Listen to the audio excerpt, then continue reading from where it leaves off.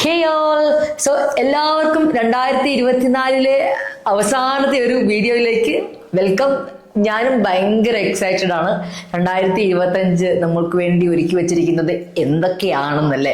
നല്ലതാണോ ചീത്തയാണോ എന്നൊക്കെ പോകുന്ന പോക്കിൽ കാണാം. 2024 ഒരുപാട് നല്ല കാര്യങ്ങളും അതുപോലെ ഡൗൺസും ഉണ്ടായി. അതില് എൻ്റെ പേഴ്സണൽ ലൈഫിലേക്ക് ഉള്ളൊരു എത്തിനോട്ടം, അതായത് ഈ 2024 എൻ്റെ ലൈഫിലുണ്ടായ കുറച്ച് അപ്പ് ആൻഡ് ഡൗൺസ്, പിന്നെ ഞാൻ ഇപ്പം ഈ ഒരു 2024 24ാം വയസ്സിൽ നിൽക്കുമ്പോൾ ഞാൻ എവിടെ എത്തി നിൽക്കുന്നു, എന്തൊക്കെ അച്ചീവ് ചെയ്തു, ഇപ്പൊ എന്ത് ചെയ്യണു, എന്തുണ്ട് എൻ്റെ കയ്യില്, അങ്ങനെയൊക്കെയുള്ള ഒരു കുഞ്ഞ് തിരിഞ്ഞു നോട്ടം.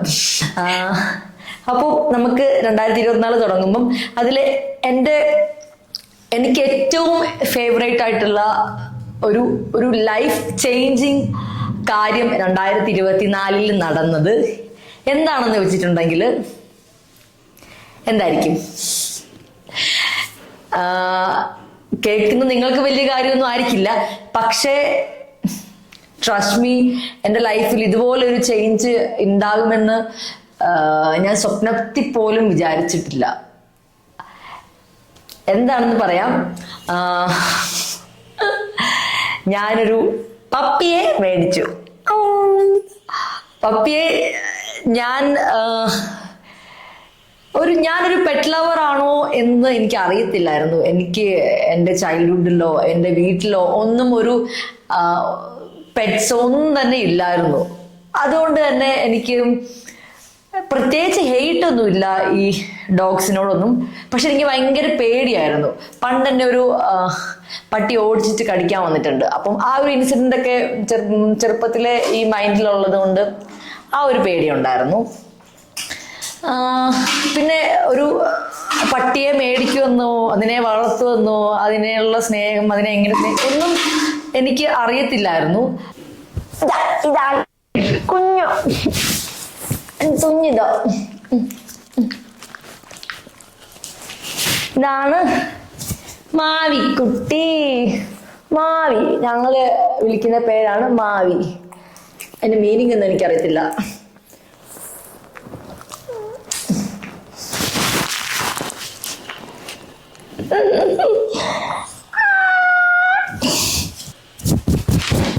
ഞാൻ മാവി വന്നതിന് ശേഷം ഒന്നും കൂടെ സ്നേഹത്തിന്റെ വില എന്താന്നും ആ ഒരു വാല്യൂവും ഒക്കെ ഒരുപാട് കാര്യങ്ങൾ എനിക്ക് പറയാൻ അറിയത്തില്ല. ഒരുപാട് കാര്യങ്ങൾ ഞാൻ മനസ്സിലാക്കി. ഞാൻ പറഞ്ഞല്ലോ, ഞാനൊരു പെറ്റ് ലവർ ഒന്നും അല്ലായിരുന്നു.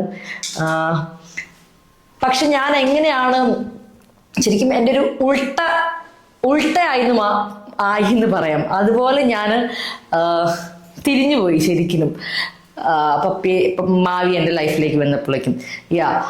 അപ്പം എൻ്റെ ഏറ്റവും എനിക്ക് സന്തോഷം തരുന്ന, എനിക്ക് ഷെയർ ചെയ്യാൻ, എൻ്റെ 2024 എന്ത് ചെയ്തു എന്ന് അല്ലെങ്കിൽ എന്ത് നേടി എന്ന് ചോദിക്കുന്നതിൽ എടുത്തു പറയാനും ഏറ്റവും ഫസ്റ്റ് ആയിട്ട് ഞാൻ പറയുന്ന ഒരൊറ്റ കാര്യം അത് മാത്രമായിരിക്കും.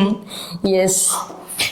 ഇനി അടുത്തത് രണ്ടാമത്തെ കാര്യം നോക്കുവാണെങ്കിൽ,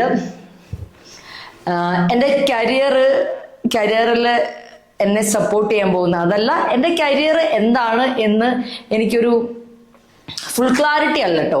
പക്ഷെ നമുക്കൊരു ഡിസിഷൻ മേക്കിംഗ് ഒക്കെ എടുക്കേണ്ട ഒരു പോയിന്റിൽ നമ്മൾ എടുക്കുകയും പിന്നെ നമ്മൾ അതിൽ അങ്ങോട്ട് മൂവ് ഓൺ ആവുകയും ചെയ്യുമല്ലോ. അങ്ങനെ ഞാനൊരു അത്ലറ്റ് ആയിരുന്നു.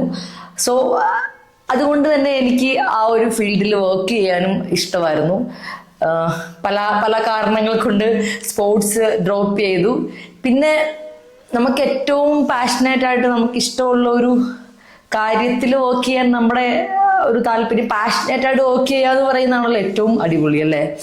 അപ്പം സ്പോർട്സിൽ ഇതിനകത്ത് തന്നെ എന്ത് ചെയ്യും എന്നുള്ള രീതിയിൽ വന്നപ്പം അങ്ങനെ ഞാൻ ഫിറ്റ്നസ് എന്ന കാറ്റഗറി ചൂസ് ചെയ്യാൻ തീരുമാനിച്ചു. ഞാൻ 2023 ഞാൻ ജിമ്മിൽ വർക്ക് ചെയ്തിട്ടുണ്ട്. അത് കഴിഞ്ഞിട്ട് ഒരു 2 ജിമ്മിൽ വർക്ക് ചെയ്തു. ശേഷം ഞാൻ സർട്ടിഫിക്കേഷൻ എടുക്കാൻ തീരുമാനിച്ചു. എയ്സ് സർട്ടിഫിക്കേഷൻ എന്ന് പറയും. അമേരിക്കൻ കൗൺസിൽ പ്രൊവൈഡ് ചെയ്യുന്ന ഒരു സർട്ടിഫിക്കേഷനാണ്. ഇന്റർനാഷണൽ വാല്യൂഡ് ആയിട്ടുള്ള ഒരു പേഴ്സണൽ ഫിറ്റ്നസ് ട്രെയിനർ എന്ന സർട്ടിഫിക്കേഷൻ ഞാൻ എടുത്തത് 2024 അതിന്റെ കരിയറിലെ ഏറ്റവും വലിയൊരു ഇൻവെസ്റ്റ്മെന്റ് ആണ്. ഏറ്റവും വലുതെന്നല്ല, ഏറ്റവും ബേസിക്കും ഫസ്റ്റ് ആയിട്ട് ചെയ്യേണ്ട ഒരു ഇൻവെസ്റ്റ്മെന്റ് ആണ്. അതെനിക്ക് കംപ്ലീറ്റ് ചെയ്യാൻ പറ്റി. അത് ഒരു വലിയൊരു അച്ചീവ്മെന്റ് തന്നെയാണ് എൻ്റെ കരിയർ ഗ്രോത്തില്. പിന്നെ അങ്ങോട്ട് നോക്കുവാണെങ്കിൽ ഞാൻ സർട്ടിഫിക്കേഷനൊക്കെ എടുത്ത് ഫിറ്റ്നസ് ട്രെയിനറായി ഞാൻ ബാംഗ്ലൂർ എത്തുവാണ്. പക്ഷെ ഞാൻ ആ ടൈമില് കൗമുദി ചാനലിലെ ഒരു സീരീസ് ചെയ്തുകൊണ്ടിരിക്കുന്നുണ്ടായിരുന്നു.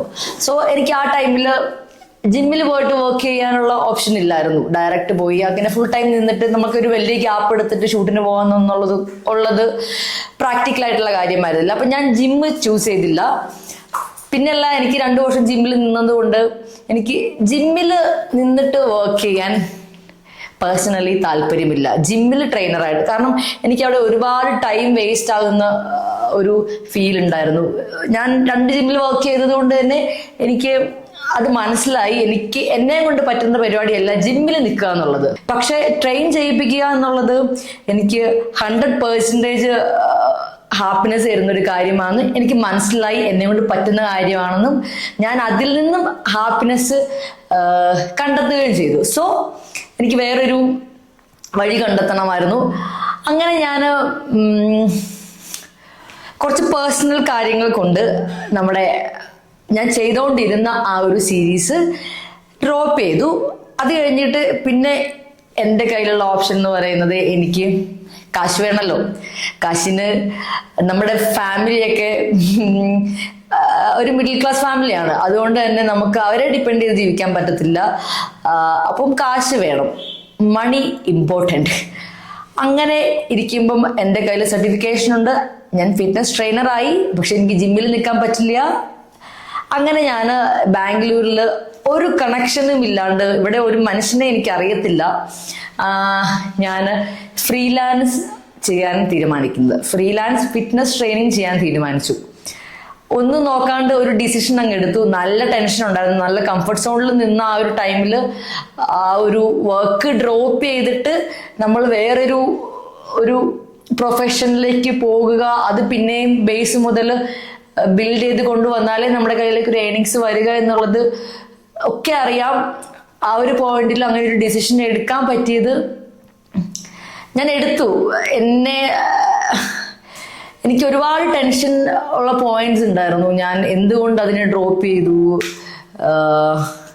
എന്തിന് നല്ലൊരു ഓപ്പർച്യൂണിറ്റി ഉള്ളത് കളയണം, പിന്നെ എങ്ങനെ ബിൽഡ് ചെയ്തെടുക്കും, പിന്നെ ബാംഗ്ലൂർ വന്നിട്ട് ലാംഗ്വേജ് അതുപോലെ ഇംഗ്ലീഷൊക്കെ ഭയങ്കര അടിപൊളി ആയതുകൊണ്ട് നമുക്ക് കയറി ചെന്നാൽ ക്ലൈൻറ്റിങ് വരുമല്ലോ അല്ലേ. അങ്ങനെ ഒരുപാട് പ്രശ്നങ്ങൾ ഉണ്ടായിരുന്നു. പക്ഷേ ഞാൻ ഈ പറയണത്, ഞാൻ ആ കടന്നു വന്ന ഒരു പോയിന്റാണ്.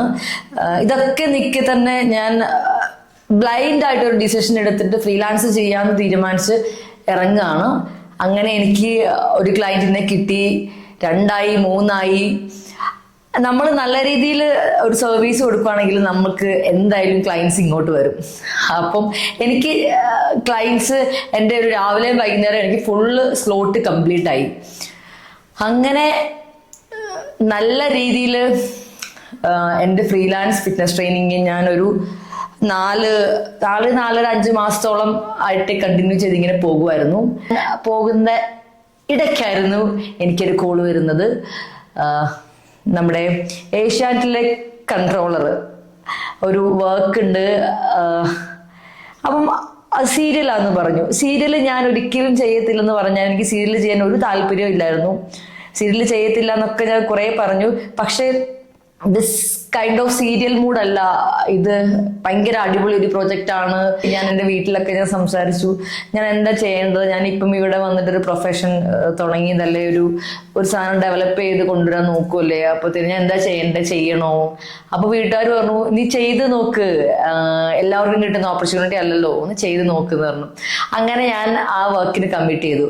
അപ്പോൾ നമ്മുടെ 3ാമത്തെ കാര്യം, ഏഷ്യാനെറ്റിന്റെ ഒരു വർക്ക് ഞാൻ കമ്മിറ്റ് ചെയ്തു. അതിന്റെ ഷൂട്ട് ഈ ഒരു വർഷമായിട്ട് ഇങ്ങനെ നടന്നുകൊണ്ടിരിക്കുകയാണ്. അടുത്ത വർഷം ഫെബ്രുവരിനോടുകൂടി അതിന്റെ ടെലികാസ്റ്റ് ഉണ്ടാകും. അപ്പം എല്ലാവരും കാണണം, സപ്പോർട്ട് ചെയ്യണം, അഭിപ്രായം അറിയിക്കണം. അങ്ങനെ ആ വർക്കിലേക്ക് കയറിയപ്പം എനിക്ക് ഞാൻ ഹാൻഡിൽ ചെയ്തുകൊണ്ടിരുന്ന എൻ്റെ PTs ഒക്കെ ഗ്യാപ്പ് വരാൻ തുടങ്ങി. ഞാനൊരു 2 മാസം നോക്കി. അപ്പം ഷൂട്ടിനിടയ്ക്ക് പോകുമ്പോഴത്തേനും ഗ്യാപ്പ് വരുമ്പോൾ അത് അവരുടെ റുട്ടീനെയും അവരുടെ ഡിസിപ്ലിനൊക്കെ അത് ബാധിക്കുന്നതായി ഫീൽ ചെയ്തു. ബാധിക്കുമല്ലോ എന്തായാലും, നമ്മൾ ഗ്യാപ്പ് എടുക്കുമ്പോൾ അവർക്കും അതൊരു മടുപ്പാകും. അതുകൊണ്ട് ഞാൻ എൻ്റെ PTs ഒക്കെ ഞാൻ ഹാൻഡ് ഓവർ ചെയ്തു. എന്നിട്ട് കംപ്ലീറ്റ് ആയിട്ട് ഈ ഒരു വർക്കിലേക്ക് മാത്രം ഫോക്കസ് ചെയ്താണ് ഞാൻ ഇപ്പോൾ നിൽക്കുന്നത്. അതാണ് എൻ്റെ 3ാമത്തെ അച്ചീവ്മെന്റ്. ഇനി 4ാമത്തെ ഒരു കാര്യം പറഞ്ഞാൽ, എനിക്ക് 2 മേജർ ഇഞ്ചുറികൾ പറ്റി.